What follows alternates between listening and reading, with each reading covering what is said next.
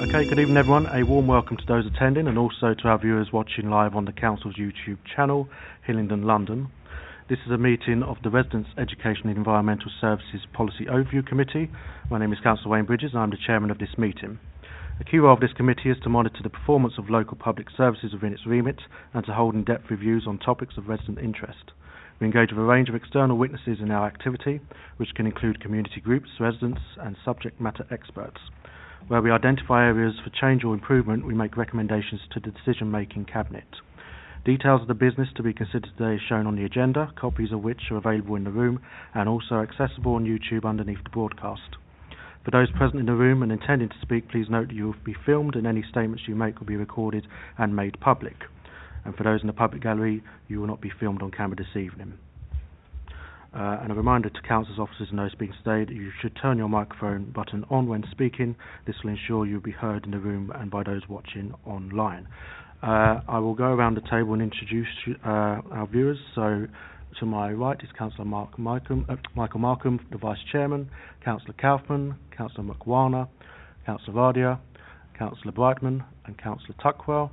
To my left is Neil Fraser, Democratic Services Officer, Councillor Jan Sweeting, the Labour Lead, Councillor Mathers and Mr Little, our Education Representative. And we have three officers this evening, Nathan Welch, the ASBET Service Manager, Kathy, Head of Waste Services, and Steve Austin, Traffic, Parking, Road Safety and School Travel. It's a bit of a mouthful. Okay, with that said, I'll go on to my announcements. I just have one item I wish to bring to your attention, that is that item 7 has been withdrawn from the agenda this evening due to personal reasons for the officer involved, and that will be deferred to our next meeting. With that said, we now go to apologies for absence, please.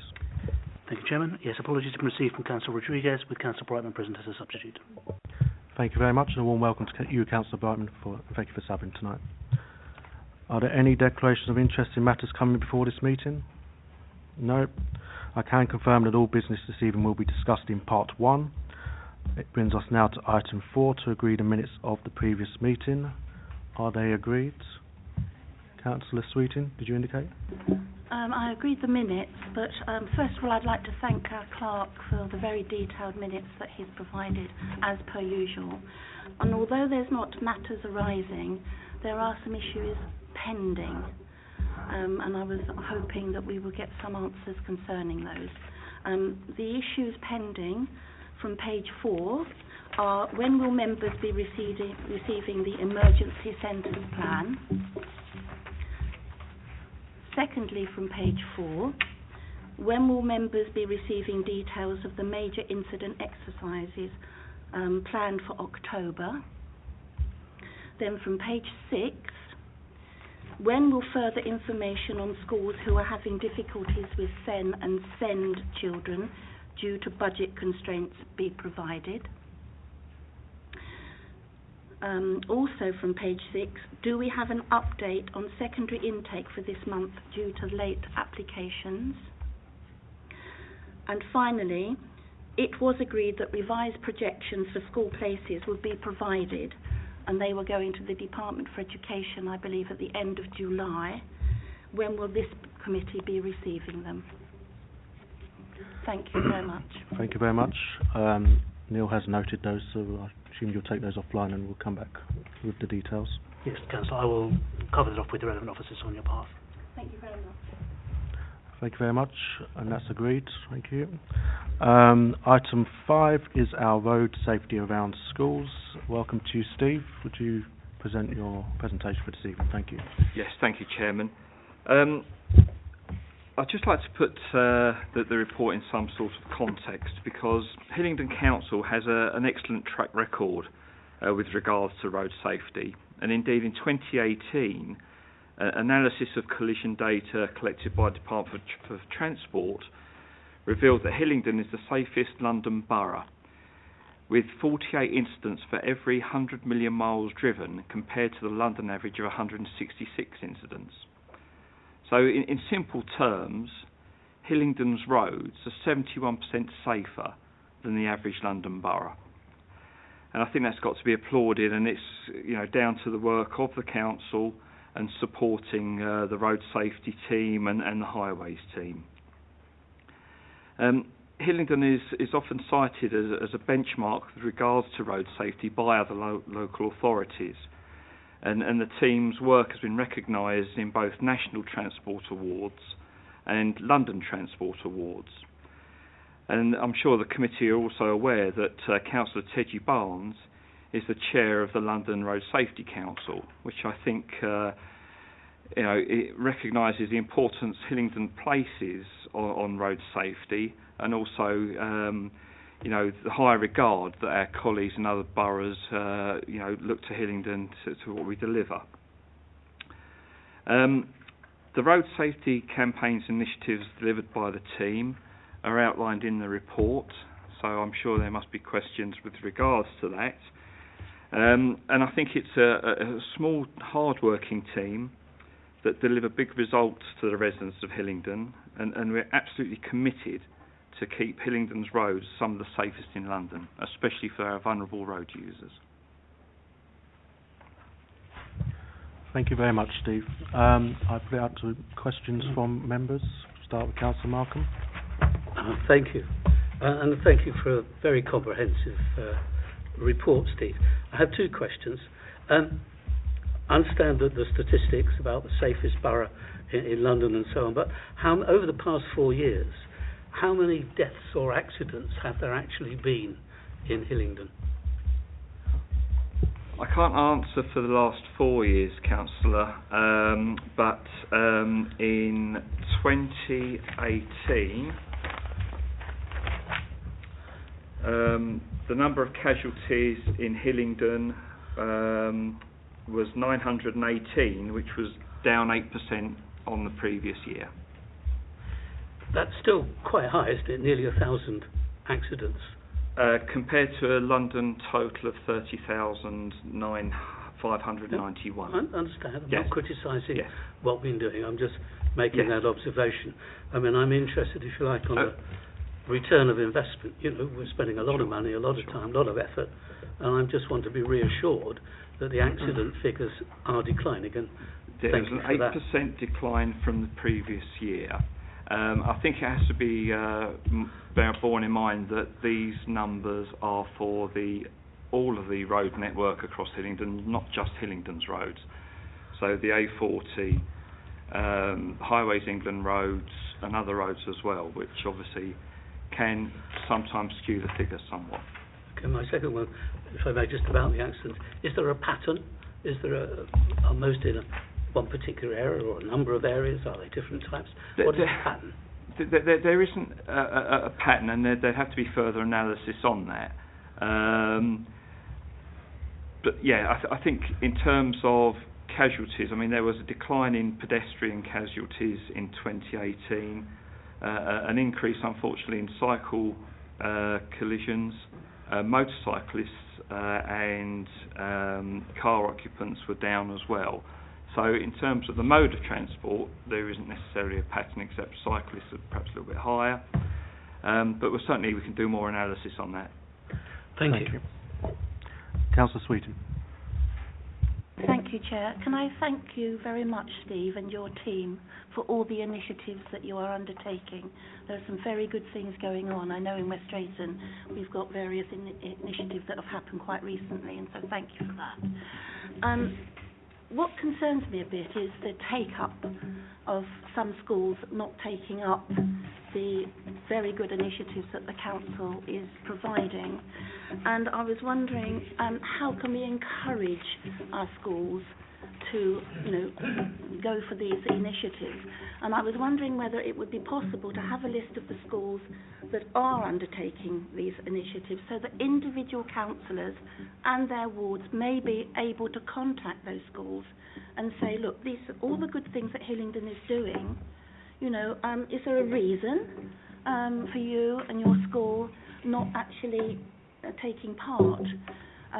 So that's one of the issues that I think would be very important, to have information so that individual councillors can go to the schools in their wards and say, look, this is what's happening, because every accident is an accident too many. We have that information, Councillor. We'd be delighted to share it with you. and we welcome any support you could give us in trying to encourage those schools that aren't working with us to engage with us, because they're missing out on a lot of opportunities. Thank you. We do allow follow-up questions. Councillor Wayne, did you wish to add anything more for everyone? There are some sort of details. There are some details to the report. There was an issue about school air quality project that's listed on page 15. And I know the issue of air quality in the borough is a very, very important issue. And I was wondering whether it's possible to do what councils such as Kensington and Chelsea do, which is to put these notices out Sky School saying no idling. We've got a particular problem outside West Drayton Station, which I know is not near a school, but it's causing a lot of pollution in that area. And I know that it's not just Kensington and Chelsea, but other councils that have come up with these little logos with fines attached. I mean, that would concentrate a few minds, possibly. Yes, I understand that colleagues are working on designing schemes in our corporate communications team with the air quality officers and our colleagues from ASBIT as well, to see what we can do to try and improve air quality, especially around schools. Thank you. Just in addition to that, I do recall the leader of the council telling us as members on one occasion that he has raised it with the Mayor of London and other leaders that they should have some sort of a generic sign to use across London. Because every council is doing different sort of signs here, there and everywhere, and it would be good to have a uniform approach to it. Mr. Little. Thank you, Chairman. I also welcome this report and glad to see the initiatives that the council's taking for safety around the schools. And I suppose my questions are a variation of what Councillor Sweeting was saying, in the sense of, how are the priorities decided? Are your teams just reactive, or do they set out to reach particular types of schools at particular times? At the start of every school year, we contact every school and offer them a variety of initiatives and opportunities to work with us.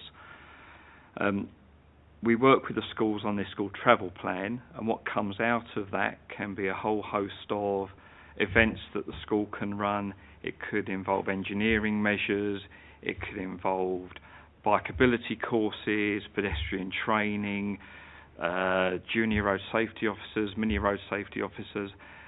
But we reach out to every school in the borough, and there are unfortunately some that just don't respond to that. So we are working with the school on their school travel plan, and the good work that they do is recognised through the STARS programme, and they get accredited by Transport for London.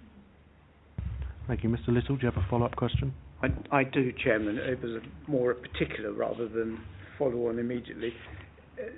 You mentioned in here the zero tolerance at zigzags scheme. Is that something that occurs at all schools with zigzags, or is it again something where you're responding to requests from schools?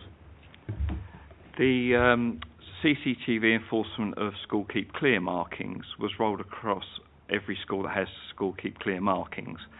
There have been some changes to school layouts where, as part of school expansion programmes, entrances have changed. So we're going through the process now of moving the school keep clears to make sure they're fit for purpose, and those school keep clear markings will be enforced by CCTV.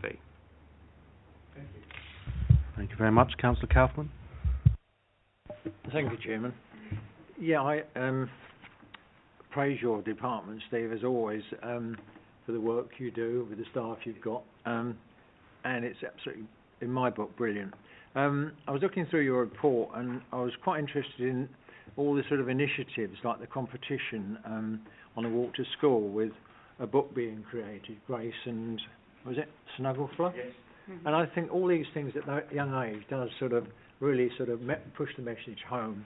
And also at the back of the report, I made the parking pledge. I think that's brilliant, because that covers all the points turn off your engine when parked, never block a driveway, park away from the school gates, drive with consideration for others, and try a travel activity at least once a week. All great stuff, Steve. Well done. Thank you. And it is an initiative that we've started here at Hillingdon, and I'm pleased to say that so far 11 schools have taken up the parking pledge, and over the coming terms we'll be monitoring how successful that's going to be, and obviously that's something we can report back. Councillor McWarner. Oh, sorry, did you have a follow-up, Councillor Kaufman? Sorry. Quick one, Chairman. Going back to what Councillor Sweeting said about any form of literature or books, etc., that we as all councillors can actually have to actually take into schools that are not involved, be great. It really would. It's a good point. Thank you, Chairman.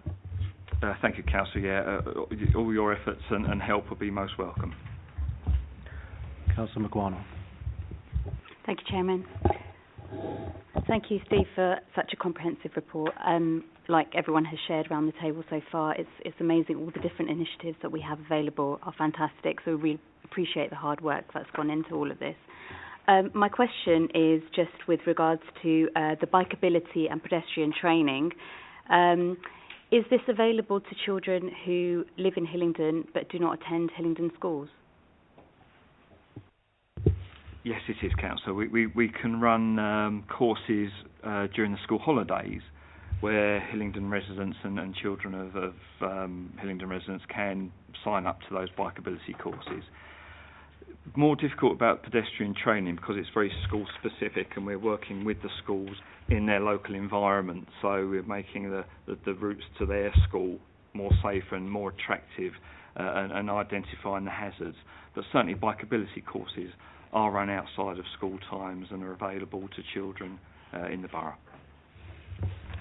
Thank you. Councillor McWarner, do you have a follow-up question? Thank you, Chairman. Just with regards to the cycle lessons, is there an opportunity to have a combined family training lesson where perhaps like a family of different ages can all learn together, perhaps? Most definitely. We're always looking to expand our cycle training, and we also have a series of led rides where we find a lot of families join together and make the benefits of some of the green spaces and some of the wonderful amenities that the borough has to offer. But yes, certainly there is opportunities for families to learn together. Thank you. Councillor Tuckwell.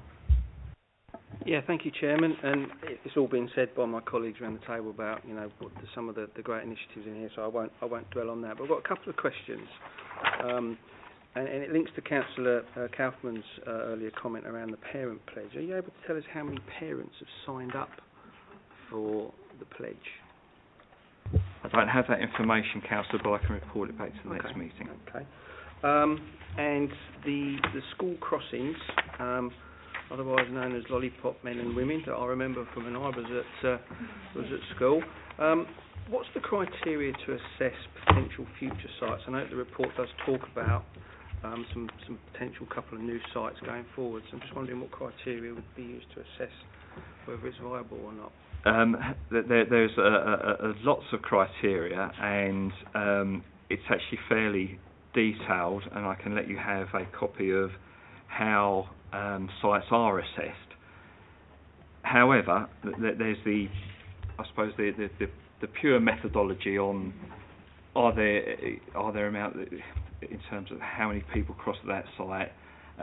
What we tend to do, this also comes out of the school travel plan, and also by way of petitions. We have had petitions from schools to say we think a school crossing patrol officer would be suitable for site.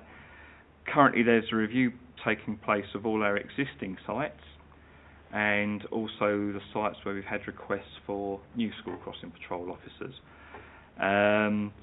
And there's a variety of things that we need to assess in terms of viability, visibility, traffic flows, pedestrian movements. I could spend a few hours on it. I'm sure the rest of the committee won't be that interested in it, but I can let you have how we assess them outside this meeting, if that's helpful to you. Thank you. Thank you very much. Councillor Wardia. Thank you, Chairman. I echo the comments of my colleagues. I'd like to ask a question about parking in the vicinity of our schools. And to my mind, you will have schools inevitably that take a very active interest in the situation of parking outside the school gates. And you'll have other schools where as soon as you leave the line of their gate, they don't want to know. And just in a sort of broad theoretical sense, I'd be interested to know where or what powers the council have to discuss parking issues around schools with the school themselves in a constructive manner, perhaps where they are less amenable to discussions.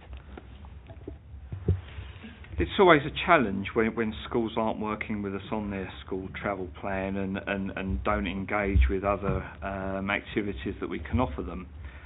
And quite often the problems that occur around schools in terms of parking tend to be raised by residents of the local area rather than the schools that aren't working with us. As you say, some schools believe that their problem stops at the school gates. My view is that they should be good neighbours and they have a duty of care for every pupil that goes to school wherever they come from and however they get there. So if we do receive requests from local residents and there's a particular issue, then we engage with the schools by way of the consultation process that the council has to follow when introducing any parking restrictions. So quite often there'll be an informal consultation, and then as a result of that with local residents, and we always involve the school and any other local businesses, if there's support for managed parking, then there is a formal consultation process we also have to follow.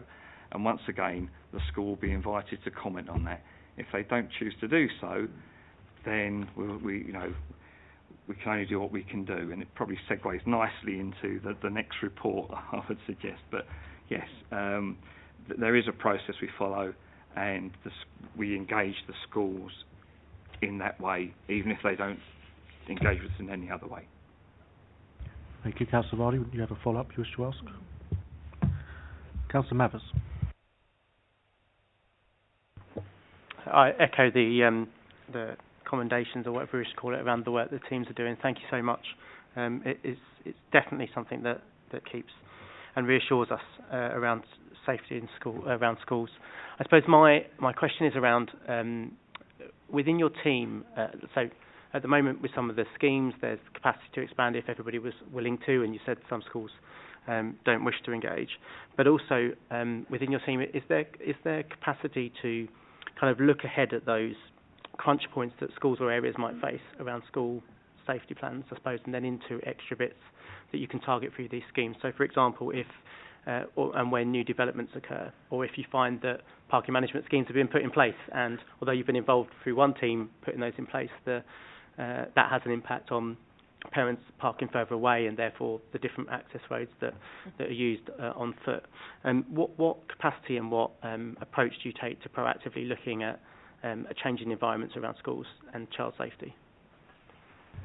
Well, for my sins, I look after parking management schemes as well, and as well as road safety and school travel. So, in some respects, I keep an overview on both issues. I think with parking management schemes, inevitably, most of the problems that residents face who live near schools is through school traffic. So, if the school's working with us, we can look at trying to work with the school on more sustainable modes of transport to and from school. So we could look at areas perhaps where we can do a walking bus. Perhaps there's improvements we can make to the footways, or introduce zebra crossings close to the school to encourage more people to walk to school. We offer bikeability courses. So there's lots of things we can do, providing the school work with us. Yes, of course, there's only a finite budget for this work, and there's only a certain amount of officers that we have. But we'd like to try and work with every school across the borough if they'd be prepared to work with us. Thank you, Councillor Mathers. I'm also interested in what initiatives are in place to expand some of these programs, or try and win. I mean, we're all in this room now going to help champion in local schools that aren't engaged, but what other things can be done to help engage those schools and other community groups potentially who are working with in areas where young people are particularly at risk of road safety, or where there's persistent accidents or incidents?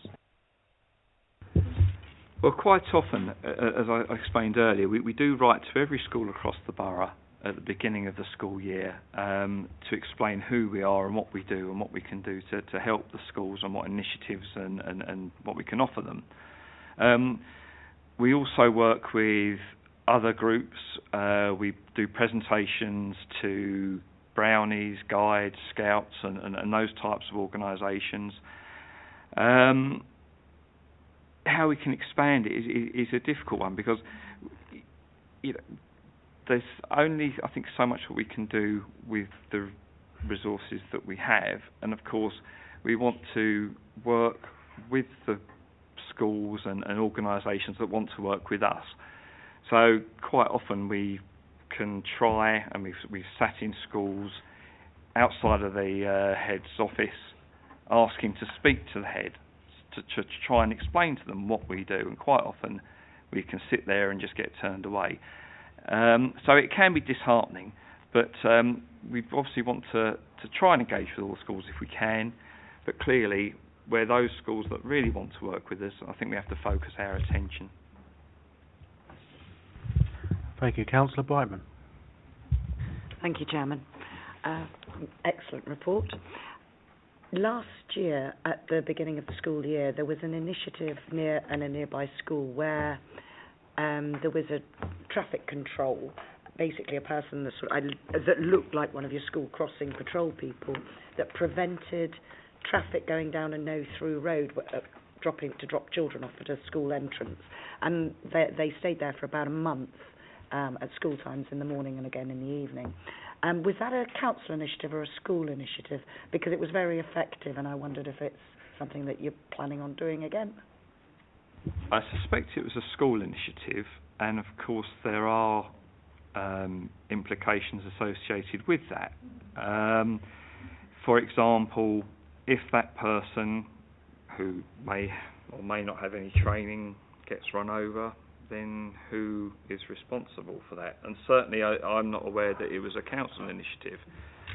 What we are looking at, and we will be hoping to trial at some point, will be the option of having school streets where at pick up and set down times the road is closed to all traffic, and that would be in the form of a barrier or something of that nature, backed up and supported by a legal traffic order. So if anybody contravenes that, then they are, liable for prosecution. But I'm not aware of that initiative that you spoke about, Councillor, but be happy to find out a little bit more detail and maybe work with that school to see what we can do in the future. Lovely. I'll drop you an email. Thank you. Thank you very much. I believe all members have now had the opportunity to raise a question with a supplementary, so on that basis I'll now go round the table once more because there are further questions wishing to be asked, and we'll start with Councillor Sweeting. Thank you, Chair. I know the Hillingdon Association, the Residents Association, is particularly interested in air quality initiatives at the moment. And I was wondering whether you could provide more information to this committee, which could be cascaded out to that committee, concerning the school air quality projects that are listed on page 15 as one of the initiatives that have been paid for by Transport for London. I'm afraid I'll have to refer that to my colleagues in the air quality team, Councillor Sweeting. I don't have that information, but I'm sure they'll be happy to provide it to the committee. Thank you. Neil, have you noticed that? We can put that in as an action point. Do you wish to have a further question? Well, I'm just looking at page 11, where we've got Barbara Martin, who has provided 47 years of good service as a lollipop person. I know she's received various commendations from other organisations. Has she received one from Hillingdon Council? And if so, could we please from this committee or from the council as a whole, could we provide a letter thanking her for her service? Before you answer, Steve, I think Councillor Markham might have some Yes, I information. wanted to say something very, very similar, but I'd like to extend it to all, I think it was 21 school crossing. I like the term lollipop ladies. However, I'm a geriatric, so what now? So I would like to, if I may, formally propose that this committee does actually send a message of thanks to all of our, because they're all volunteers, aren't they? They're employed by the council, council. Yeah, all right, but nonetheless, I think they do a sterling job. So I'd like to propose we send a formal message, particularly highlighting those who have served for a long period of time. Is that okay? Are we in agreed? Yeah, okay. Sorry, Steve, did you wish to comment? On that, Mr. Chairman. We had a fantastic event for our school crossing patrol officers held at the Battle of Britain Bunker, where we recognise all the good work that they've done. And the school crossing patrol officers in the borough have a combined total of 338 years of service between them. So that's, on average, 17 years per officer. A lot of lollipops. And that was recognised as the longest serving school crossing patrol officers in London. So you know, all credit to them. They do some sterling work in all sorts of horrible weathers. So yes, I'm sure that they welcome the thanks that I think we all need to give them. Thank you. Councillor Tuckwell? Yeah, thank you, Chairman. I'm particularly interested, I mean, there's some great initiatives in here, but a couple that stand out for me is the mini and junior road safety officers and the youth travel ambassadors. The report mentions that, you know, we encourage pupils of ages of 5 to 11 and 11 to 18 to work on campaigns and projects. I just wondered very quickly if you just give us an example of a kind of project that has been worked on, and just to let us know what it was and how it's worked. Certainly, Councillor. A good example of a project is before we had the cameras outside the school keep clear markings, we would get the mini road safety and junior road safety officers out on the road and using peer pressure to put pressure on those parents that simply ignore all the parking restrictions, all the keep clear markings, and it was so effective in making parents think, actually, you know, I'm dropping my child off and here we have some young people outside giving out sort of leaflets, you know, please don't park, you know, don't put our lives in danger. They create banners that we've had made up outside the school. Recently, pupils from St Helens School took part in a junior road safety watch where they stood on Long Lane with colleagues in the Metropolitan Police Force and officers, and doing speed monitoring using a handheld speed radar gun.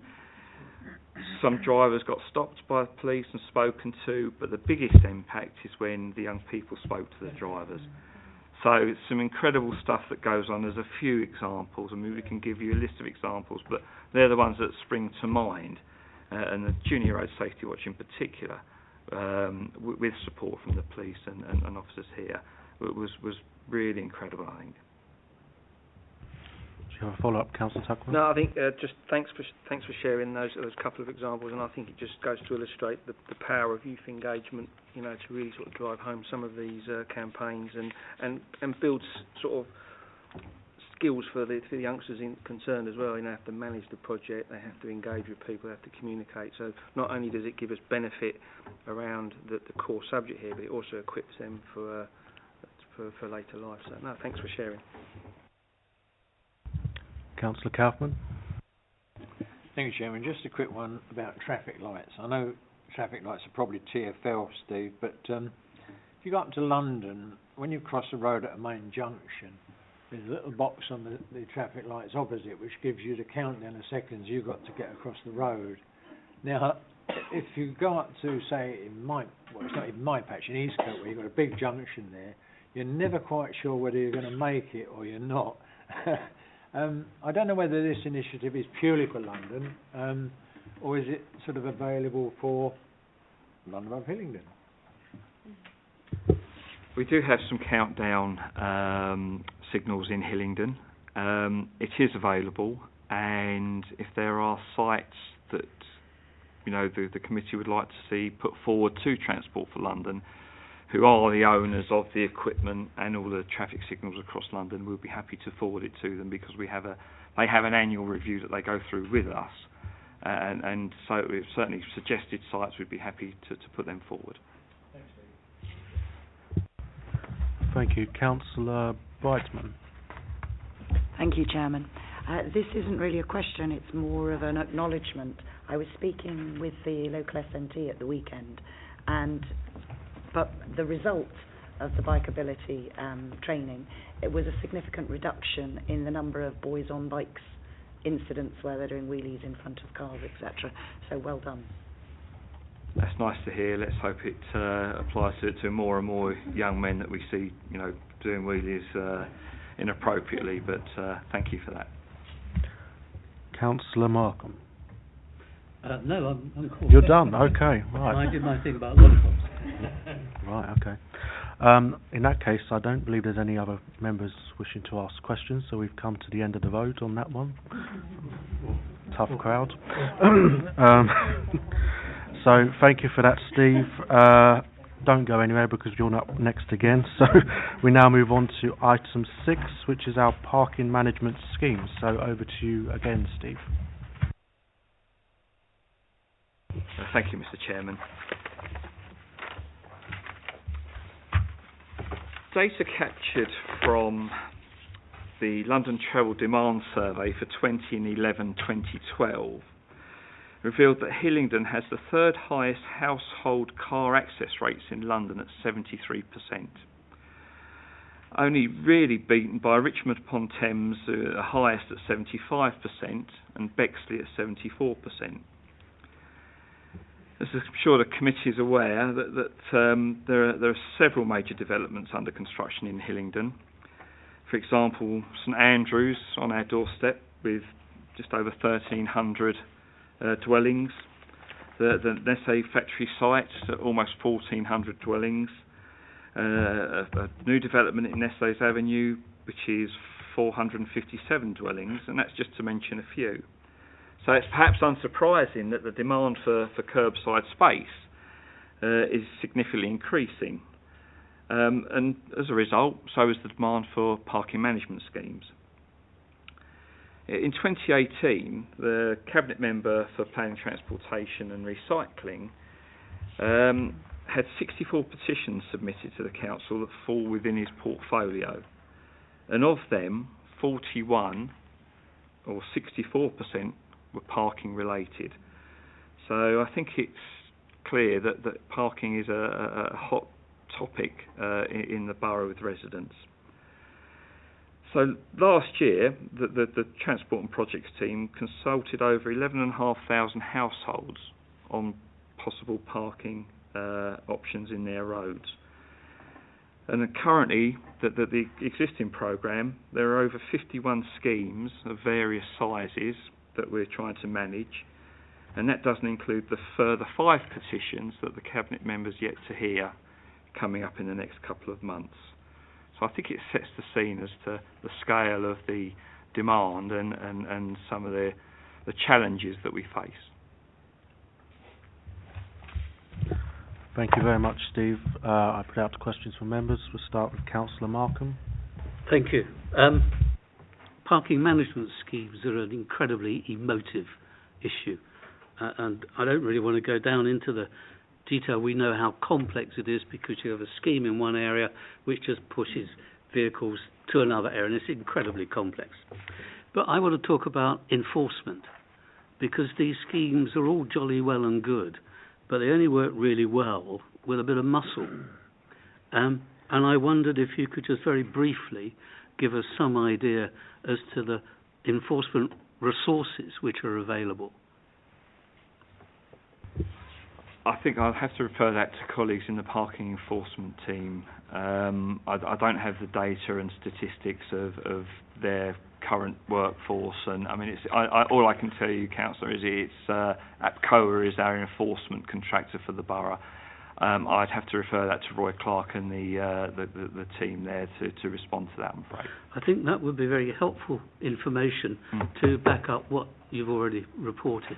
So if I may ask for that. Certainly. Thank you. And I believe Neil's noted that again as an action point. Councillor Mabbers. Firstly, please do thank the team who are relentlessly going through consultations and implementing schemes in West Drayton. It's an ongoing process where I suspect the majority of the ward will be at some point under a parking management scheme. And there is definitely a difference in what residents want, road to road or half road to half road or corner to corner. Unfortunately, then, the experience, and this isn't the fault of the officers, but the experience that many West Drayton residents are facing is that parking management schemes are not necessarily, it's an extensive programme, but actually it's an over-demanded programme, that actually there is too much demand for them to feel that they've got adequate timeliness to when they put in a petition or when they ask for the initial informal consultation, through to the point where even the final plans are drawn up, not even to the point of putting the paint on the tarmac. Do you feel that your team is under-resourced, and what can be done to relieve the pressure in what is going to continue to be a demanding process of new schemes and renewing existing schemes?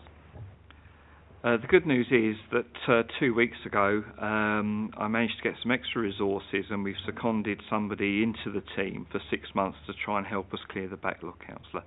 I appreciate there are processes and legal obligations the council have to follow, and I think quite often residents feel that we can just go out with a pot of paint and mark the lines. But if it was that simple, then we would have cleared the programme. But unfortunately, we are governed by legislation, and but the good news is we have got extra resources within the team now. Do you have a follow-up, Councillor Mavis? Thank you for that answer. That is reassuring. I suppose my next conversation is around, it's partly to do with enforcement as well, but actually residents often don't feel the first time they have a consultation they fully understand the process or the options available to them. They don't understand also what's going to happen after the scheme's in place. And so we often find that within an area, those who may have rejected it or wanted something slightly different are then petitioning to change something or want to see more of that reinforcement and stuff. I suppose, how often do you review it, and what more can be done? And I suppose there's a role for councillors in this, in educating residents in what their options are, and making some of those more informal consultations a lot clearer on examples of what's done in different parts of the borough.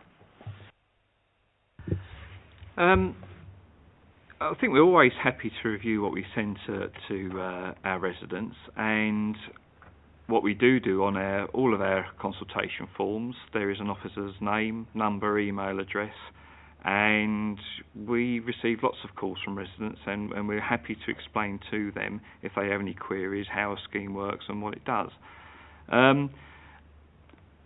But yeah, if there are any suggestions in the way we can improve our consultations, if you want to share them with us, then we'd be happy to investigate them. I mean, we've been putting schemes in across the borough now since 1994, when parking was decriminalised. It has adapted, legislation has changed, and you know, practices have changed really, as well as enforcement practices. But yes, I mean, we'd be happy to undertake a review of what we send out.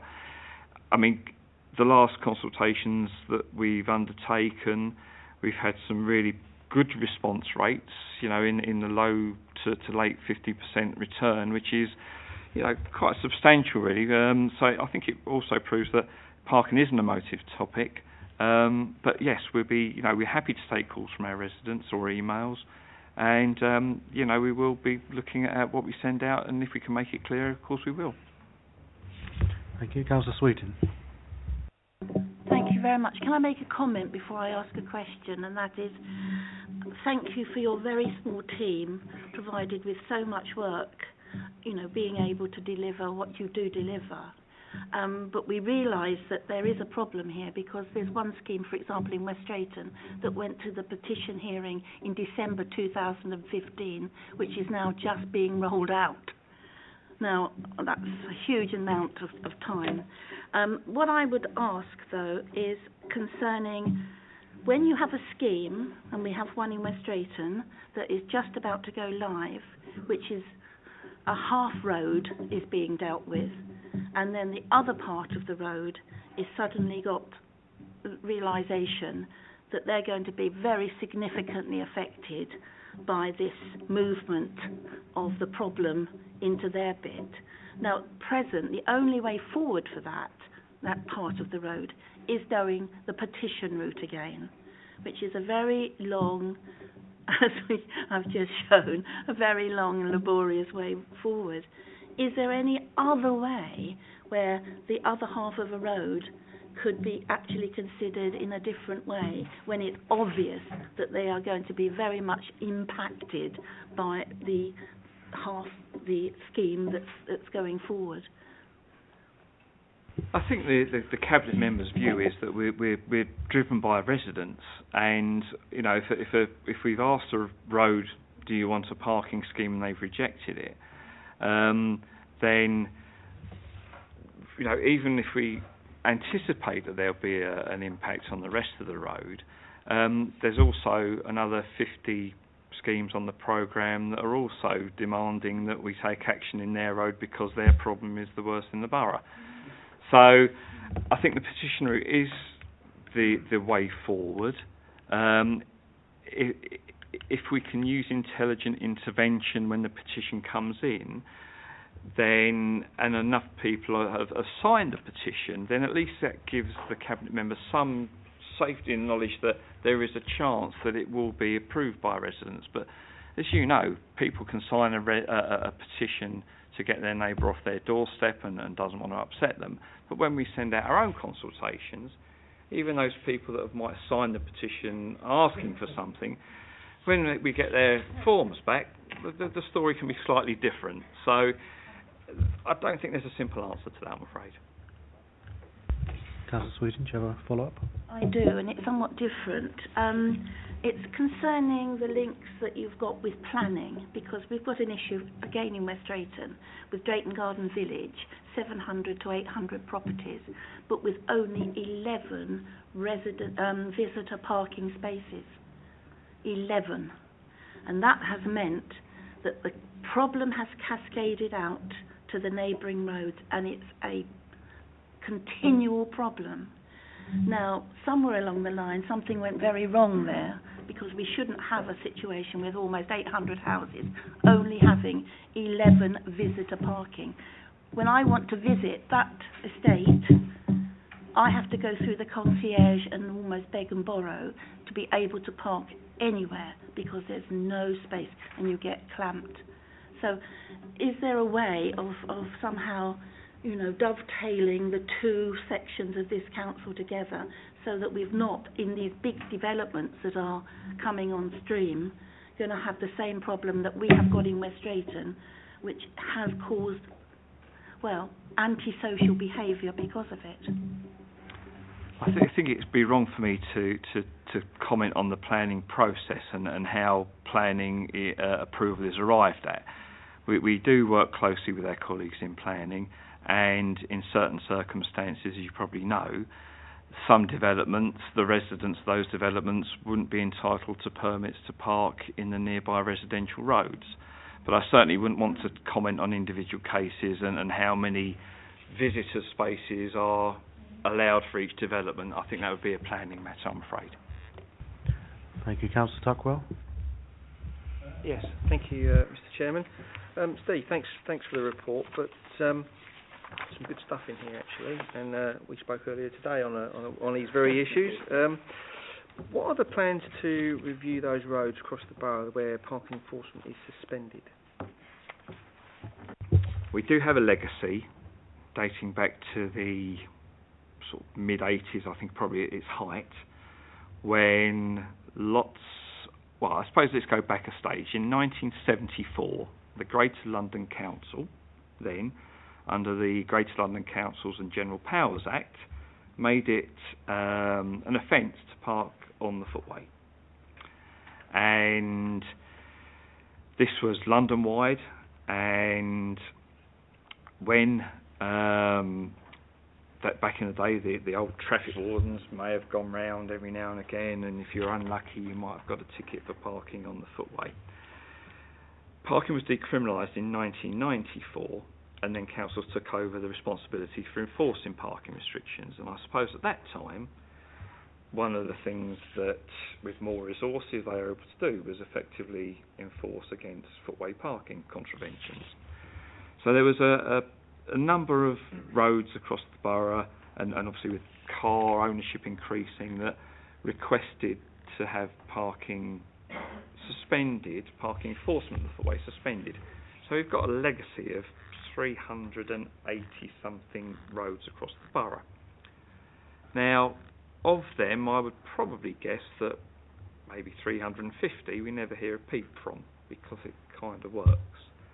And there are some that are raised every now and again and saying, you know, people are parking ridiculously, the previous arrangements are no longer fit for purpose.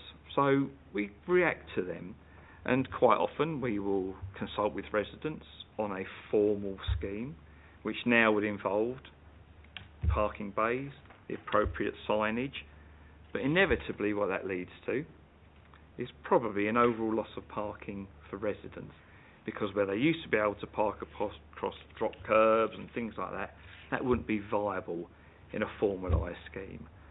So those roads where we have gone down the route of consulting on formalised schemes, very rarely do we get the support. But we do tend to react to it, because to try and consult with 380-something roads on, do you want us to do something, where perhaps 350 of them never contact us, never have a problem, is just not really viable, I don't think. Councillor Tuckle, do you have a follow-up? Yeah, just to add, there are, I've got a list here, there's a number of roads, but there must be a number that you know, are sort of suspended from enforcement because of size and everything else. But is there a number in there which, you know, we clearly know could have sort of enforcement reinstated due to, I mean, you've got legacy issues, but... Certainly. I mean, you know, if the residents believe that their current arrangements are no longer fit for purpose, then by all means let us know. I mean, most of the arrangements were agreed by what was the parking subcommittee at the time, which was way before my time. But when you look at the legacy, you think, okay, you know, and quite often it was enforcement suspended pending a formal scheme. So, and it built up over the years. But certainly, you know, we will react if residents believe there is a case to formalise it or to remove it completely. We'd be certainly happy to look at it. Thank you. Just to follow on from that, I know I've provided you with a list, Councillor Tuckwell. It may be worth making that list available to members of this committee, because it does cover nearly every ward, more or less, I think. And some of the roads, even I was surprised in my own wards, some of which have schools on as well. So even more of a priority to perhaps look at bringing some sort of enforcement powers back into place, where currently there are none because it's been suspended for decades. Just giving members visibility of that list and making them aware and making them actually think, you know, is this something you wish to lobby officers on, and see if we can get change going forwards. Thank you very much. We move on to Councillor McWhite. Thank you, Chairman. My question was very similar to what Councillor Sweeting asked about consulting neighbouring roads in close proximity to a road being considered for parking management schemes, to see whether they too would like to take part or have any adjustments made in their parking. So, thank you.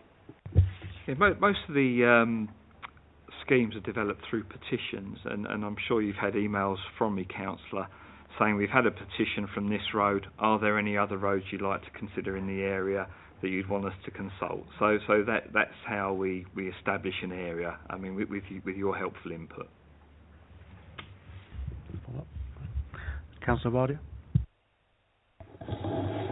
Thank you, Chairman. My question is about the Stop and Shop scheme that you also covered in your report. And as we all know, it is intended to encourage people to use their local high street. The reality of the situation on some of our high streets is that these spaces are actually being taken up by the owners of the shop for whatever reason. And what they are doing is returning to the parking payment terminals every half an hour and pressing the green button so they don't have to pay for the parking. Now, there are plenty of parking spaces around the backs of shops, as we all know, and for whatever reasons, these people are preferring to park on the road, taking up the customer spaces. I know that the council is reviewing the parking payment terminals. I think the contract has already gone out for the future terminals, which will accept card payment. But I was wondering if you had considered number plate recognition in the future payment terminals, as number plate recognition would overcome the problem of shop owners parking right up, taking up valuable spaces which are actually for customers and pressing the green button every half an hour so that they don't have to pay for the parking. Thank you, Councillor Varley. I will just make the comment as well that I think you do have a maximum stay period in a lot of these of around 2 hours, but as you said earlier, how do you enforce that, which I'll probably add on to Councillor Varley's question. The enforcement of the parking regime is undertaken by the Roy Clark and his team, and he's been involved with the contract for letting the possible new pay and display machines and how they work. So I'm not privy to that information.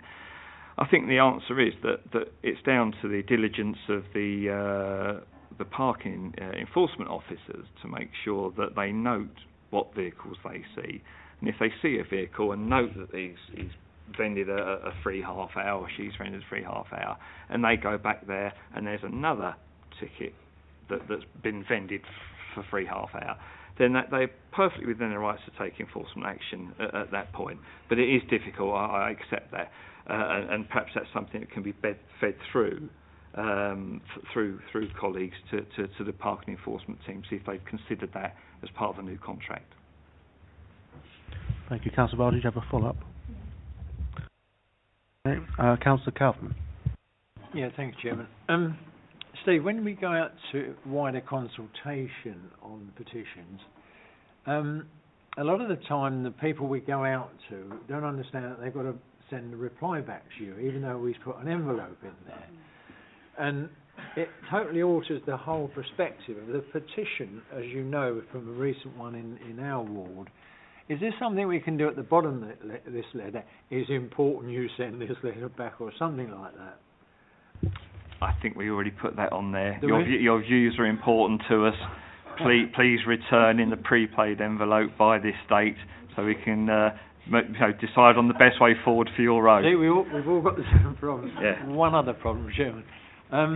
Where we were talking just now, or Councillor Tuckwell was, about roads that are really tight, full of traffic. Local roads. We've got several in our ward where if you try to get an ambulance or a fire engine down there, you just wouldn't. You just have to take the cars out. And it would seem to me that the only sensible way of doing it would be to take some of the cars on one side, halfway up onto the footway, or the grass verge, or make the grass verge into tarmac. Because these, one day it'll happen where a fire engine cannot get down there, and I think we'd need to look at every case individually. As far as I'm aware, the policy is not to remove grass verges to put parking places. I agree. But it's just the point, Steve. Yeah. Thank you, Chairman. Thank you, Councillor Brightman. Oh, sorry, he was down on the list anyway. So okay. In that case, Councillor Mathers, yeah. Can I just make a request for information, please, Chair? Just that the map, which is very detailed but very small, just be converted into a list of roads, or a link to those roads would be helpful as to where the parking management schemes are and where there's shop and stop. I don't know if you could zoom in more on a PDF. Is that possible? Yeah. Okay. We'll look into it, Councillor Mathers. Yeah. Councillor Markham, do you have? Yeah, I'd just like to pick up this thing about enforcement and such like, and your point that it's really down to Roy Clark and his team. And I think maybe at some time a briefing note about the enforcement of parking management schemes, but also I want to pick up David's thing above stop shop and retailers taking up space. Can't we be whistleblowers? I mean, it must be possible for us to find out who these shopkeepers are. Who should we call and give names to? You know, is it Roy Clark's department? Yes, it will be, Councillor, but it's a tricky one because the civil enforcement officer has to be the person that sees the contravention and issues the penalty charge notice. But if there's areas in particular where shopkeepers or businesses are abusing the system, then certainly feed that through.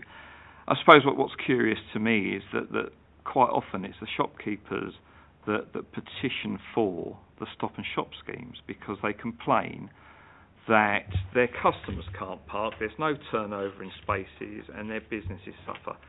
So I find it incredibly difficult to sympathise with them when they want to park there all day and then they're complaining that business is suffering because there's not a turnover in spaces and their customers that can't come along, purchase their goods, have the free half hour and then can go off again and then provide another space for somebody else. But please feed it through to us and we'll make sure that there's action taken by the enforcement officers.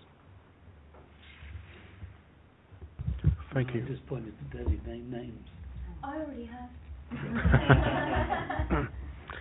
Thank you for that. I don't believe there are any other questions wishing to be asked, so on that basis, thank you for your attendance, Steve. You're free to leave whenever you wish to do so. We now move on to item 8, which is our review into littering and fly tipping within Hillingdon. And our officers and witnesses present is Nathan and Kathy. Welcome to you both.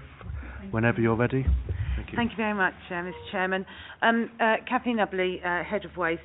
I thought it may be interesting to give you some examples of different fly tipping. So if you don't mind, if I could pass.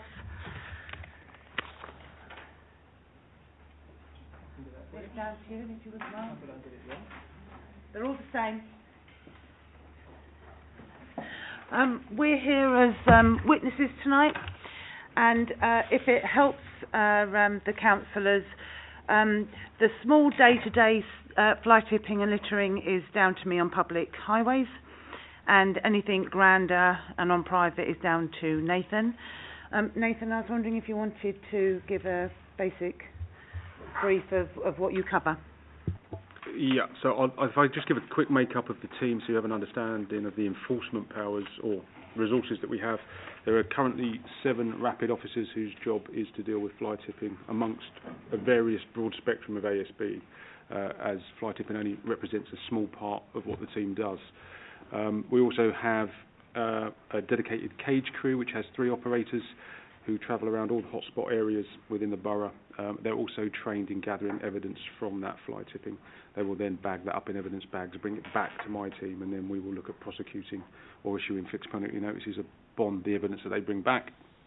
And then we have the environmental enforcement team, as you know, who predominantly do the littering in our high streets and public spaces, but also have the ability to be tasked on various waste carrier operations, which is our ability in support of the police to pull over vehicles carrying waste to ensure that they have the correct documentation and licences to be conducting that waste carrier operation. So that's predominantly the resources that we have and what's available to us.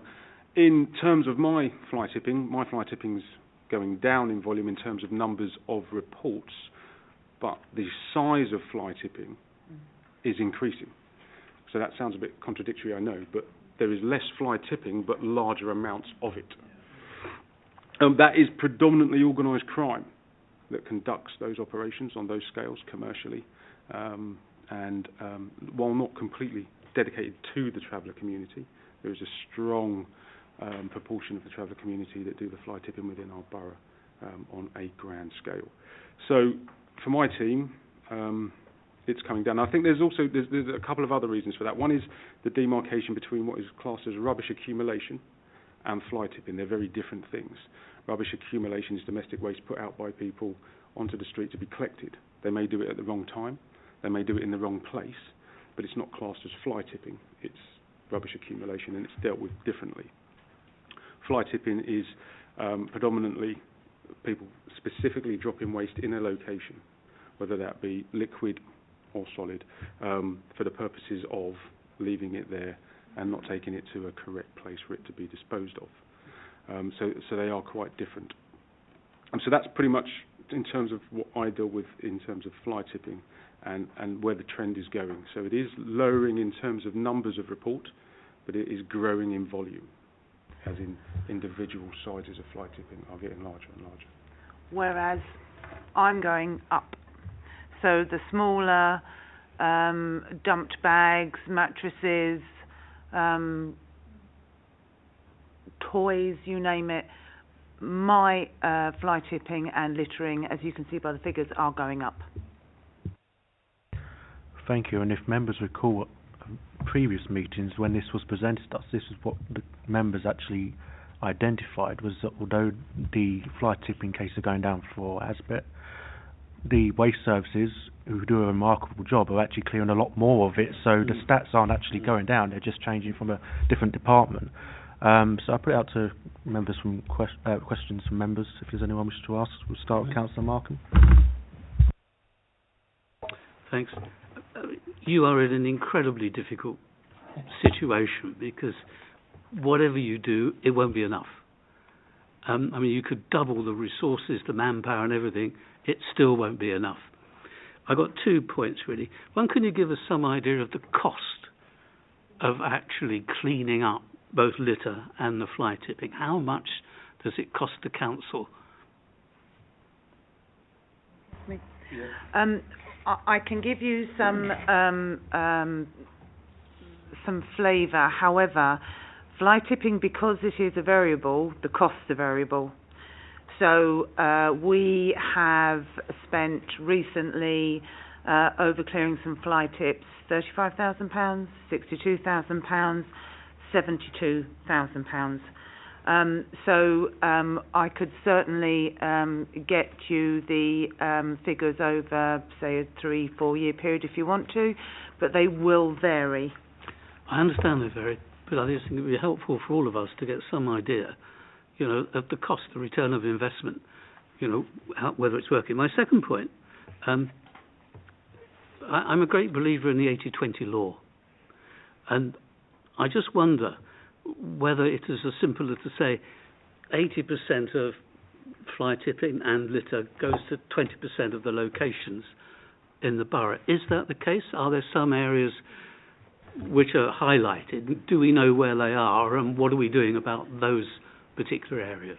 Yeah, we do know the hotspot areas. Some of those are still historically rubbish accumulation, so it's still domestic waste put there by residents, and it builds up, and it's what is for collection. In terms of our fly tipping and the commercial aspects of that fly tipping, we know the hotspot areas. That's why we got an interim injunction as well to cover our land in terms of illegal incursions, so that we could remove them quickly, because the longer they're actually on site, the more fly tipping obviously that takes place. But we do know where our predominant locations are. We secure them as best we can, but even if we secure them with the best locks and bolts and chains that we've got, they will just turn up with petrol-driven angle grinders and get through them. You can put concrete blocks in front, but they will turn up with plant machinery and remove them. There's very little you can do to stop them if they're determined to get onto the ground, other than have a manned security service there 24/7. So we know where they are, and we're doing our best to protect them. I think, just to expand upon that, Councillor, if I can, the best way for us to deal with fly tipping is while it's in transit. And that's what we're looking at trying to do with police support and waste carrier operations. The best way to deal with it is before it is dumped. And that's what we're expanding our resources and our operational ability to do. And litter? Well, litter has usually no ID. It can be cups, it can be takeaway fast foods. We certainly do know there are hotspots. They are usually around parking areas or shopping areas. and it's basically litter is usually where there is the heaviest footfall, I would say. If I may just pick up your thing about car parks and such like, I noticed at the King's End Ruislip car park, the Waitrose car park, that there is a huge sign, something like 4 foot by 5 foot, in black and yellow, which points out in words of one syllable the consequences of dumping litter. Now that's the only sign of that size I have seen. Most seem to be funny little signs with a pair of eyes or something, which have no consequence. Is there a plan to display much larger signs? There isn't that I'm aware of. I have to say, I think it's a fine balance between, you know, plastering the whole borough with signs saying do not do this, do that. I mean, an example, if in the pack that I gave out, there is a litter bin with, I think it's a third picture in, and the litter bin says please do not fly tip, and there are bags fly tipped all around it. I think if people are going to litter, they are going to litter regardless of whether there's a sign saying do not do it. Thank you. Councillor Kaufman. Yeah, thank you, Chairman. First of all, could I say that your waste department is probably second to none of any authority in the borough, and I mean that, really.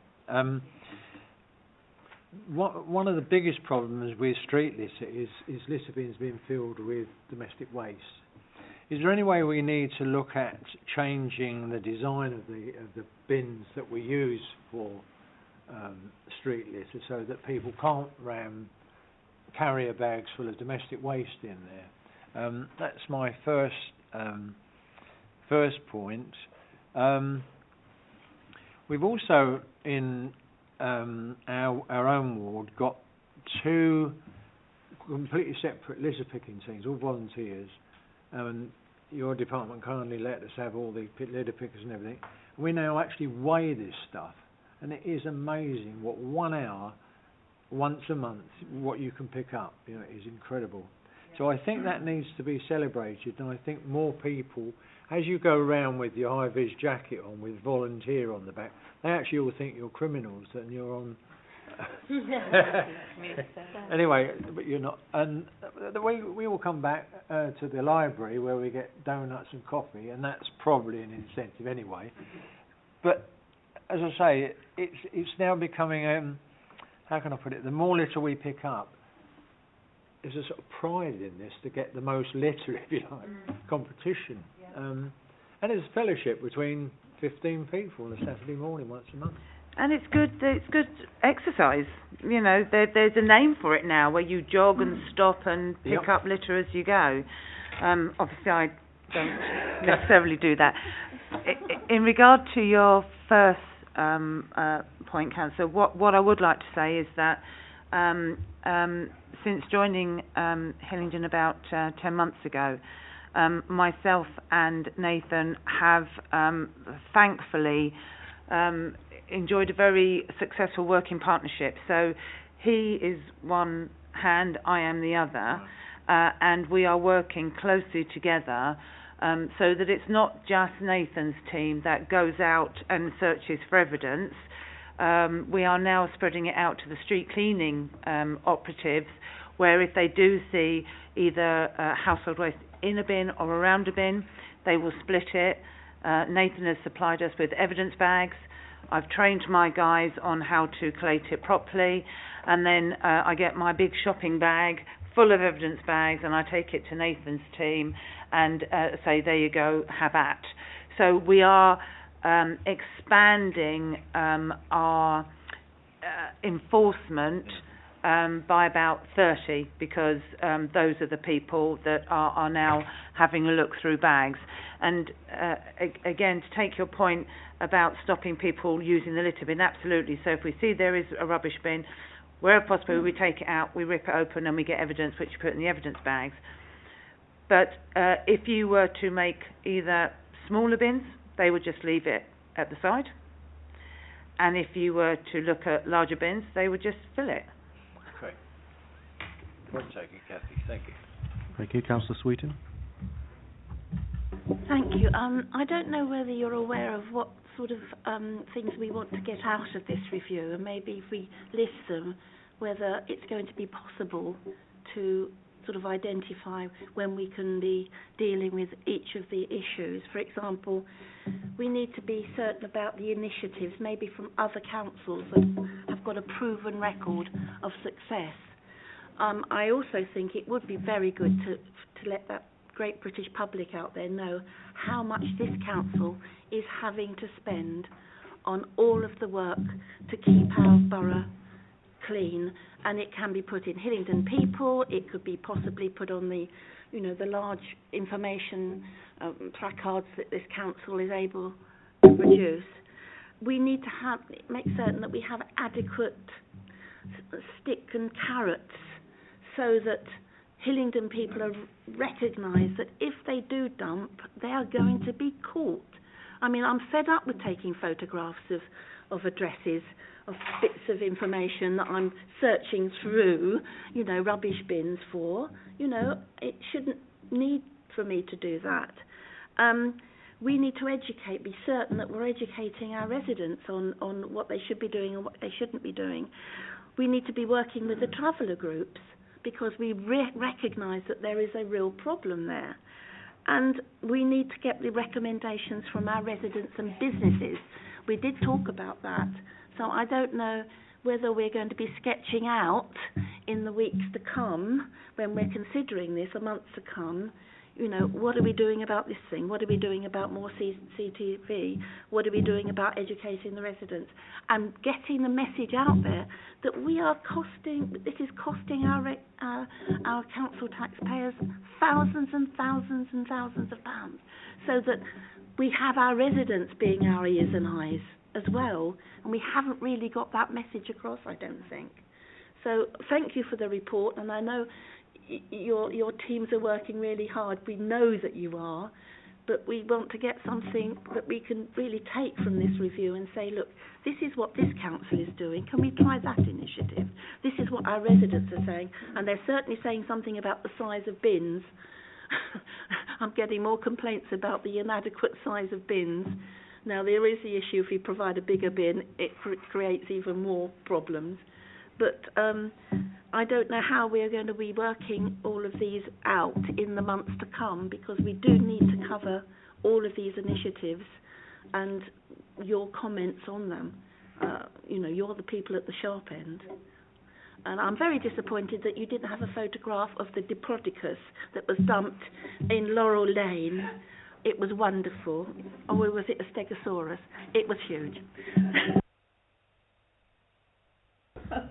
Thank you. Would officers care to comment on that and perhaps advise the committee if they feel that anything should be done differently to what we're doing now? All I can do is concur with the councillor. It is a huge topic, and I think we cannot do it without the willingness and cooperation of our residents and our users. You know, there are two groups as well. I know Nathan and I are working on starting a campaign at the moment to look at having pride within one's local area, looking at engaging with schools, and doing campaigns. So hopefully, as that campaign progresses, we will be able to update you with that, and be able to have some sort of monitoring to see how we are going.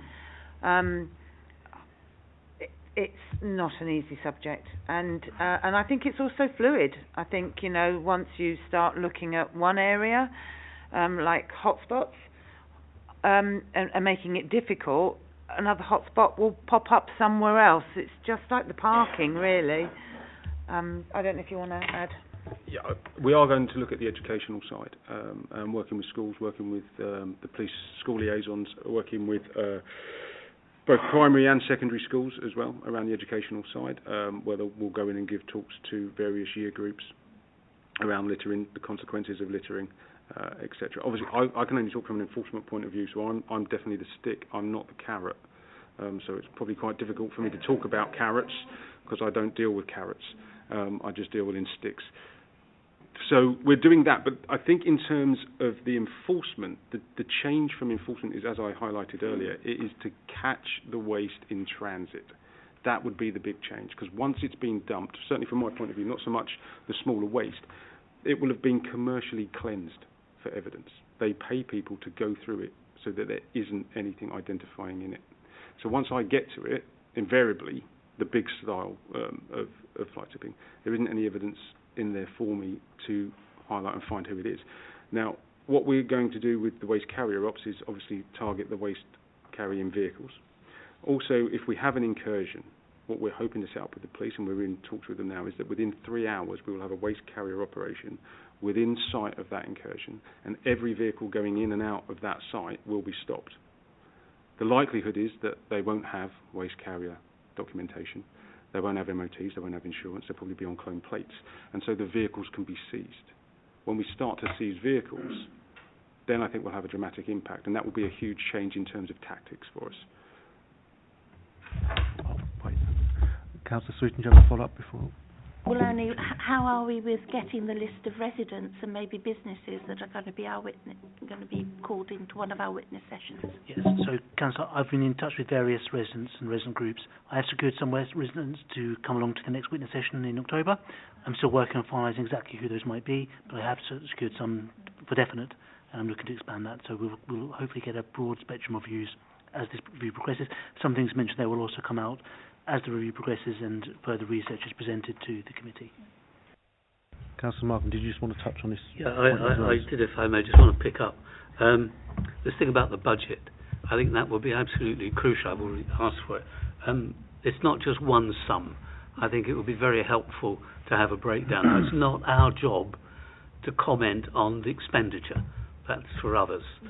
But it would just be helpful to us to get some idea as to the cost. Is that okay? And the second thing is, if I may, this new approach that you're taking to try and get people on their way to the dumps, if you like, can we make a note that it would be really cool to have a brief report, say in 6 months' time, as to how successful that scheme has been? Yep, I can organise that, Councillor, no problem.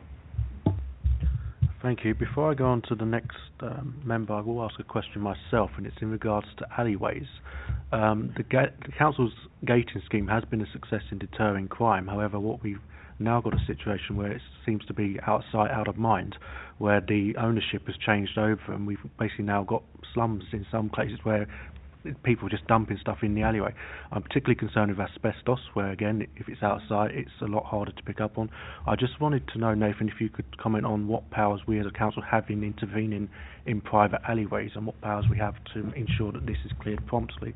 So the powers that we would have would be to identify all those responsible for that private piece of land, and for all those to then be served a notice in order for it to be cleared. If that then wasn't cleared, we would carry out the works in default and then reimburse the council for the cost of that through all those individual people. The problem we face then obviously is that obviously some people say, well, it wasn't me who dumped it, I'm not paying, I'm not getting involved, it's not me, I clear my bit. That would be irrelevant. I think the only way you can do that is that everybody gets a notice and they work it out between themselves, because you can't determine who dumped it. And your current time lead is 21 days, is it? 21 days from the notice, serve of notice.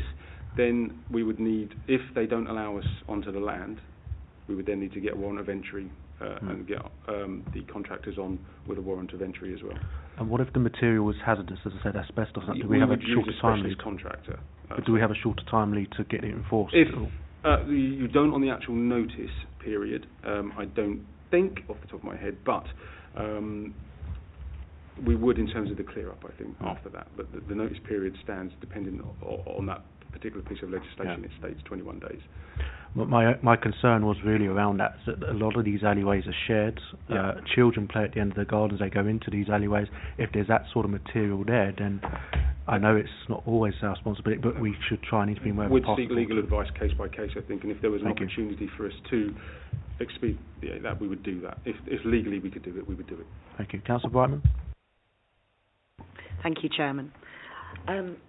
What I wanted to ask about fly tipping is, Do you have access to the CCTV cameras? Yes. And are they proving useful? How many prosecutions have there been? The problem with CCTV is that if it doesn't highlight where they've come from, i.e. they've come out of an address that we can actually see and they dump it so I know where they've come from, or it doesn't turn up in a vehicle and the index number isn't captured, I have an unknown person come in, drop an amount of waste and leave. And unless I know them and they're a prolific offender or I just happen to know them, I won't know who they are. So I just have a piece of CCTV that shows me a person committing an offence, but I have no idea who they are or any way to find out who they are from that CCTV. So a lot of that will be in the sighting of the CCTV and how well it's sighted. But people are quite CCTV savvy. It doesn't take much to defeat a camera.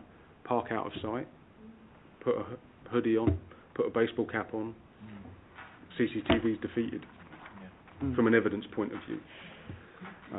It's not that hard to defeat. So we have captured evidence, but I wouldn't say we've captured a massive amount of evidence that helps us.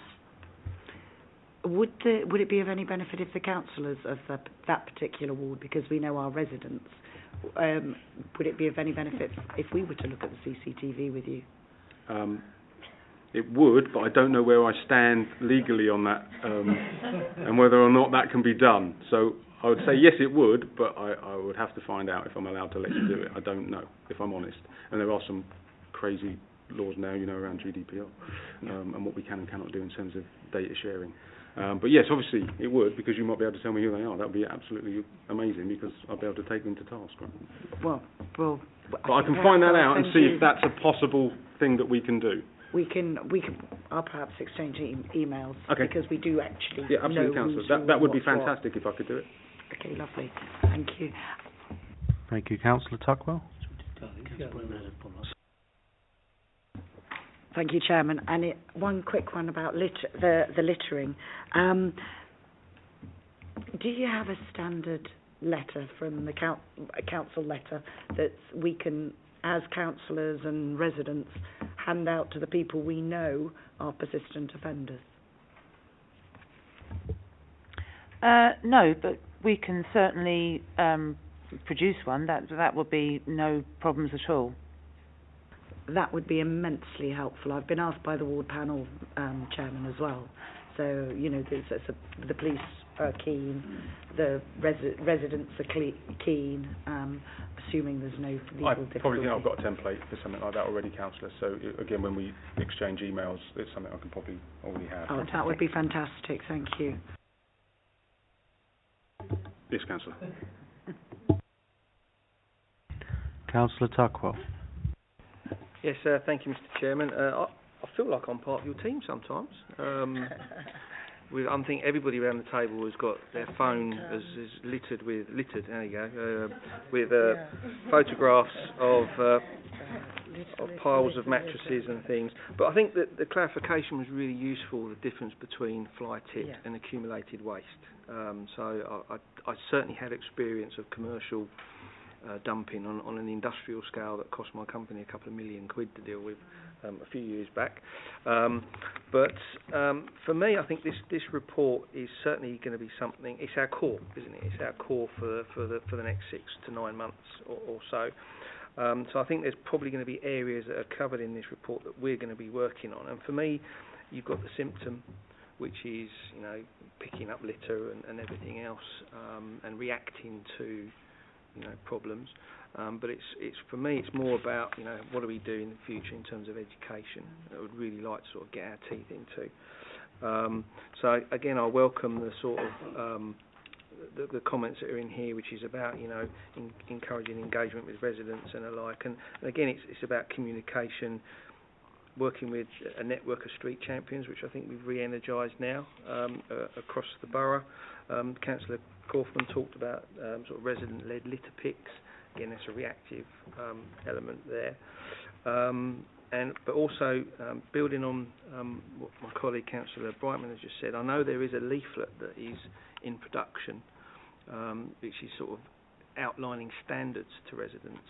I don't know if you've seen that, but there was something certainly a couple of years ago which was said to be in development. So it might be something that we might want to have a look at in terms of, just highlighting what the sort of standards are for the borough going forward. So that might be something we can look at. Yeah, I'm unaware of that, so I'd be interested to have a look at that.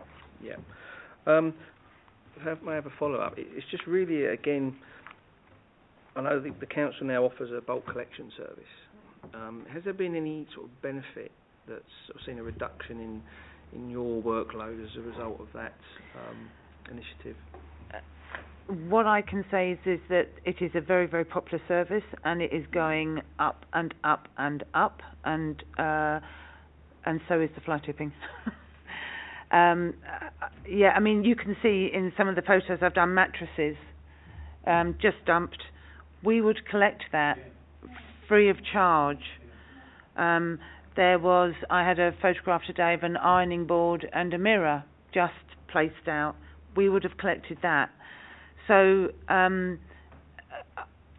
I would have expected those items to have decreased, and they have not. Thank you. Did I give you a follow-up?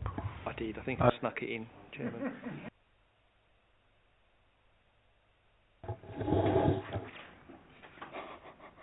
Thank you, Chairman. I just wanted to add my support to your initiatives to work with young people. Young people are very passionate about the environment and about littering, and I suspect that they are not the perpetrators of the problems that we're seeing. So I just hope that reaching out to as many young people in the borough might be a very effective, covert way to educate the adult population of Hillingdon. Okay, of course. What I meant was they go home and say, do you know about this assembly, or do you know about this workshop? Sorry, I didn't quite make the link, but by getting through to the young people who are so receptive to these ideas, they will hopefully go home that evening and talk about it, and that might be a very effective way to reach the adult population.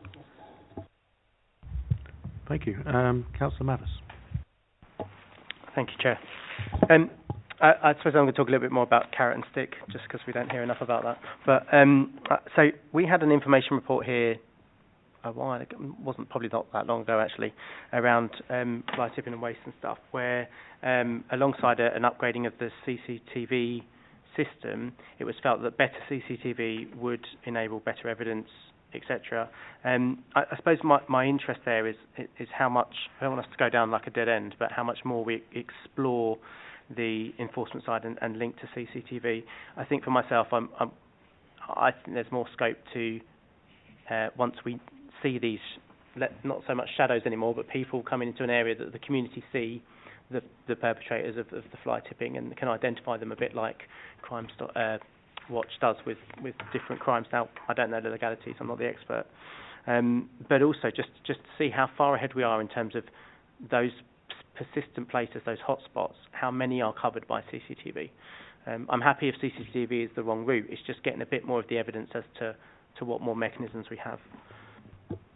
I don't think CCTV is the wrong route. I just don't think it's the only route. I think it needs to be conjoint with other forms of evidence gathering, such as you say, residents also keeping an eye out. You can't beat a Mark 1 eyeball. And if they're willing to make statements, if they're willing to report that, and if they're willing to give descriptions, if they're willing to give index numbers that the CCTV may not be able to capture, that would be ideal. It's about us patrolling. It's about the educational side. I think it's about all of it coming together and being used conjointly rather than us just relying upon one piece of it. I don't manage the CCTV. I just get the CCTV given to me when they believe that it's got something on it that I may be of interest in. I think it's also in the sighting of the CCTV that that's dependent upon lampposts. So the most ideal place may not be a lamppost, or it may not be the lamppost that we've got. It may be that it could go on here, but because we can't run a power supply there and it may be not ours, we can't always put the cameras in the most ideal location, which again limits the effectiveness of that technical surveillance. But I think if we use it conjointly with residents, patrols and education, then that will enhance its power and effectiveness. Okay. Just following on from that, this was an upgrade, so the CCTV, I assume, is a lot better than the previous versions. How effective has it assisted you in your work? The upgrade was for the fixed cameras, I think, wasn't it? I believe the mobile ones we purchased were better, yeah.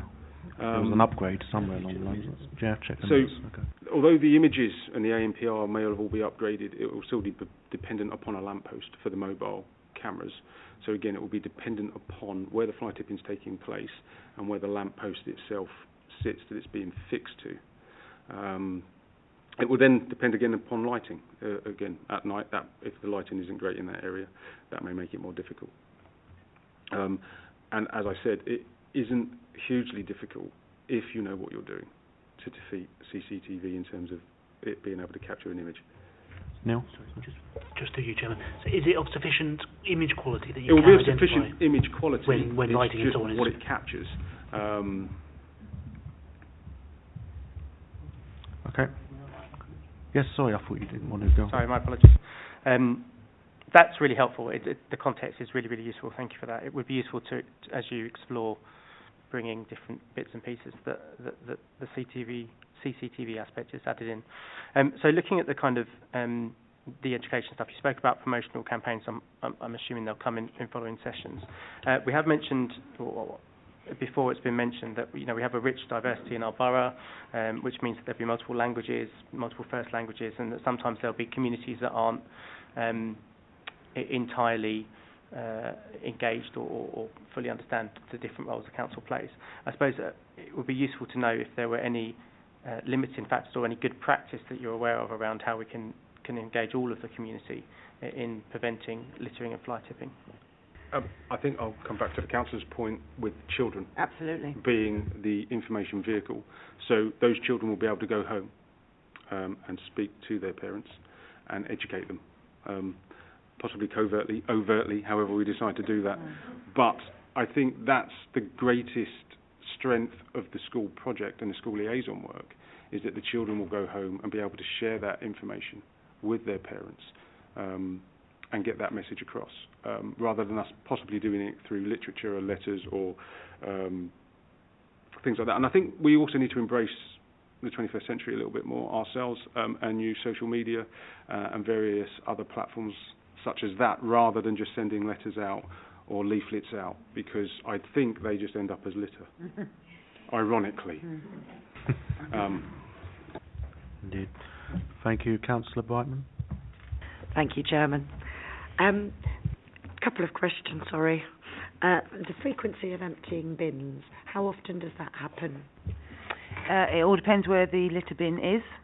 So it can be, I suppose the longest time is a week, but if you look at any high street, Hayes, Uxbridge, etc., they will just be patrolled all day, every day, 7 days a week.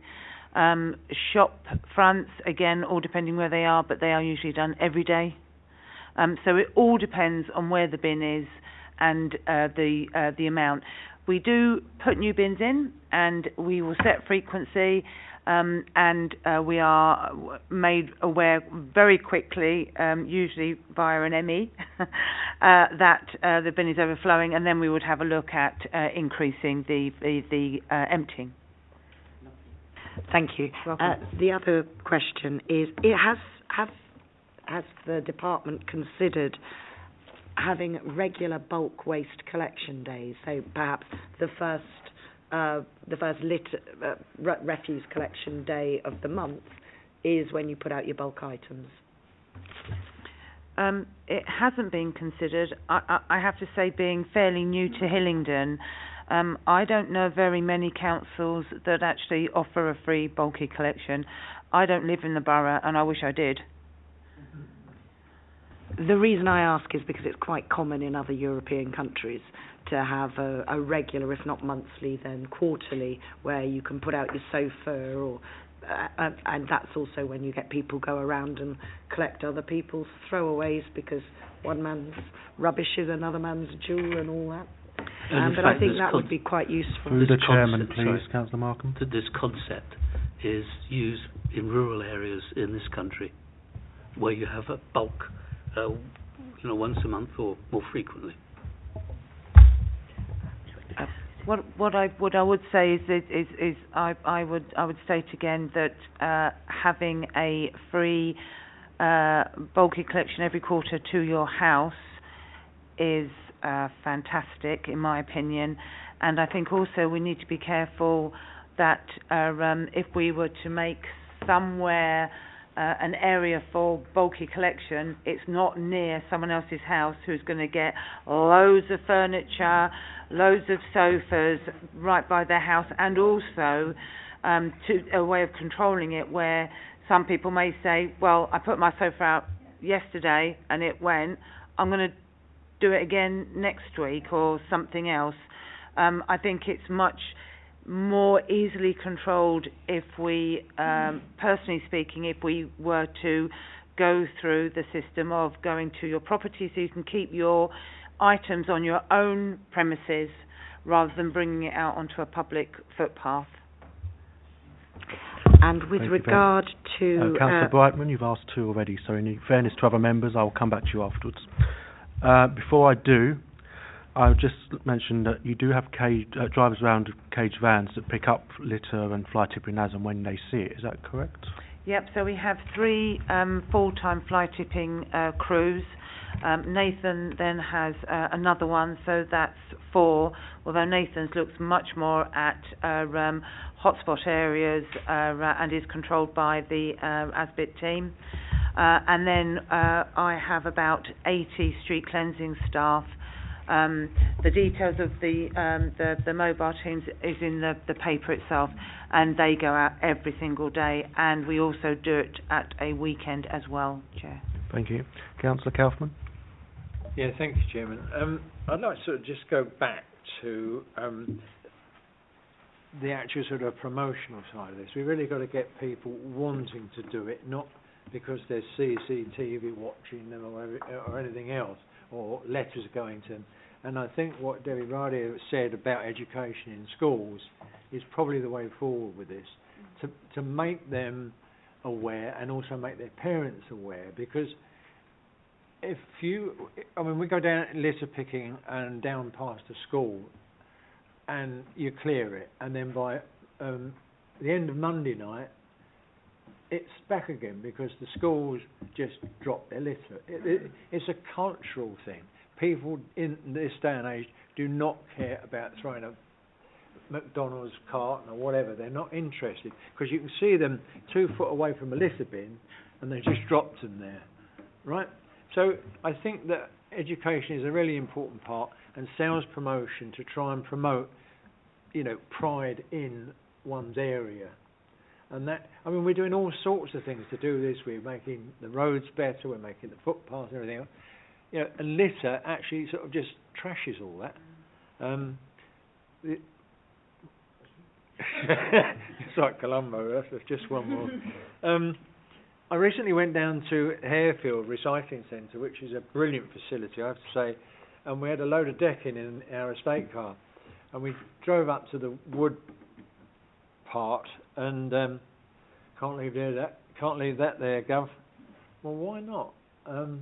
It's classed as builder's waste because it was in an estate car, and I thought, okay, so I went down and had a word with the manager, and I wasn't going to have it. I didn't say who I was or anything like that.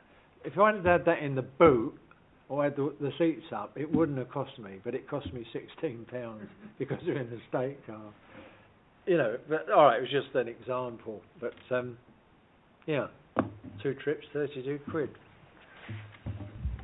An absolute bargain, Councillor. Oh, absolutely. Thank you. Councillor Markham, do you wish to comment? I'll have you down on the list.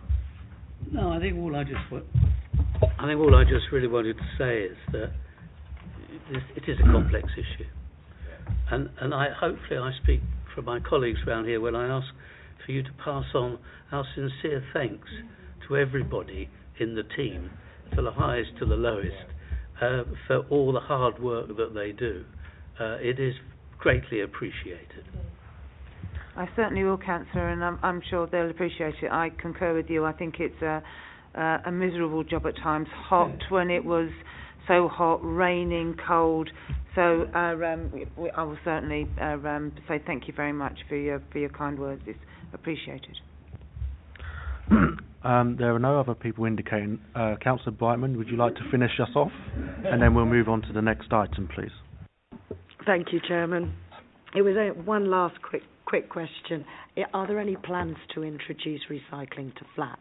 Because I think a lot of problems come from the fact that they pick up the free recycling bags from the library, and then they're not collected, and before you know it, they become litter. You certainly like complicated subject matters. Yes, we are going to be looking at recycling. That in itself is another complicated issue. I'm very keen to roll out recycling to every property, regardless whether it's a flat or a house within the borough. I think it's everyone's right to be able to do that. So we are working on that as we speak. Thank you. Thank you very much, and thank you to the officers for their attendance this evening. It's very much appreciated. And you may leave if you wish to do so. Thank you. Bye-bye. Item 9 is the Cabinet Forward Plan, pages 59 to 66. Are there any comments, questions at all? Councillor Sweetin? I see that at last we have the local plan part 2 popping up in Cabinet. Now, this is going to make quite a difference to certain parts of the borough that are going to be changed from suburban to urban. And I was wondering whether we could have a report on how this will be affecting residents in those areas. I think there are certain ones in the north as well as the south, so it's not a south thing only, but it is something concerning residents, this change of status from suburban to urban. Neil, could you look into this outside the meeting? Does the committee wish to have that information? Yeah. Then I'll speak to the officers about it. Okay, we'll find out. Anything else? No, I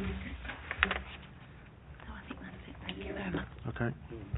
Councillor Markham? Yeah, no, I was just intrigued by item 37, the collection and processing of co-mingled dry recycling. And I'm sure an expert on that. I'm sure. I wish they'd gone now. It's a shame. I'd just like to know whether you think that this report might be of relevance and interest to us, bearing in mind we're looking at litter and recycling comes under our remit. Neil, did you wish to comment? Yeah. So yeah, I can certainly look into that, Councillor. I think it's important to maintain focus of the existing topic, but I'll speak to them and to the relevant officers and see exactly how relevant that topic might be to the review. Thank you. Thank you. With that said, I think we'll note that. And item 10 is our work programme. Neil, I believe there was a change that you wished to comment on. Was it regarding the charity waste, was it? Thank you, Chairman. So members will recall and seeing on the document that there's an item on a past review into the management of and disposal of charity shop waste that was scheduled for November. I have been informed today that officers need further time to explore that topic and to ensure that there's a meaningful report available to get to the committee. They've asked that I remove that from the work programme for now, pending further rescheduling. Are you happy to that, Councillor Sweetin? Yes, if you go back to the minutes on page 7, there is a sentence which I think we'll all be a little concerned about. And it says, currently the concern was that every one of the existing 7-year groups already in the borough's primary schools was larger than the secondary capacity. Now, that means that if you've got 3,000 year 7 places, there's more than 3,000 kids in all of the primary children groups going to hitting our secondary schools. And because of that, would it be possible to have a sort of regular update on what's happening in respect of particularly of the Year 7 increased capacity. It doesn't need to be a big report, but maybe just a verbal, an oral report, because we are talking about children coming into our secondary sector that may well be overcapacity to the number of places that we've got at Year 7. We need to keep our eye on this. Now, I know that the Deputy Leader of the Council is obviously keeping an eye on, but it will be good for this committee to have that information as well, because we're going to be all asked questions on this by our residents that have got Year 6, 5, 4, 3, 2 children coming into our secondary schools in the 5 or 6 years coming up, and they all want answers. So I would be grateful if that could be included in a... As a committee, we do have a scheduled quarterly school place planning update. The next one is due in October, so that will be the opportunity to question them then, and perhaps see where we'll go from there, perhaps. Okay. Are there any other comments or questions? No? If so, that concludes our business for this evening. My thanks to you all for your attendance, and the meeting is closed at 10 minutes to 9. Thank you very much.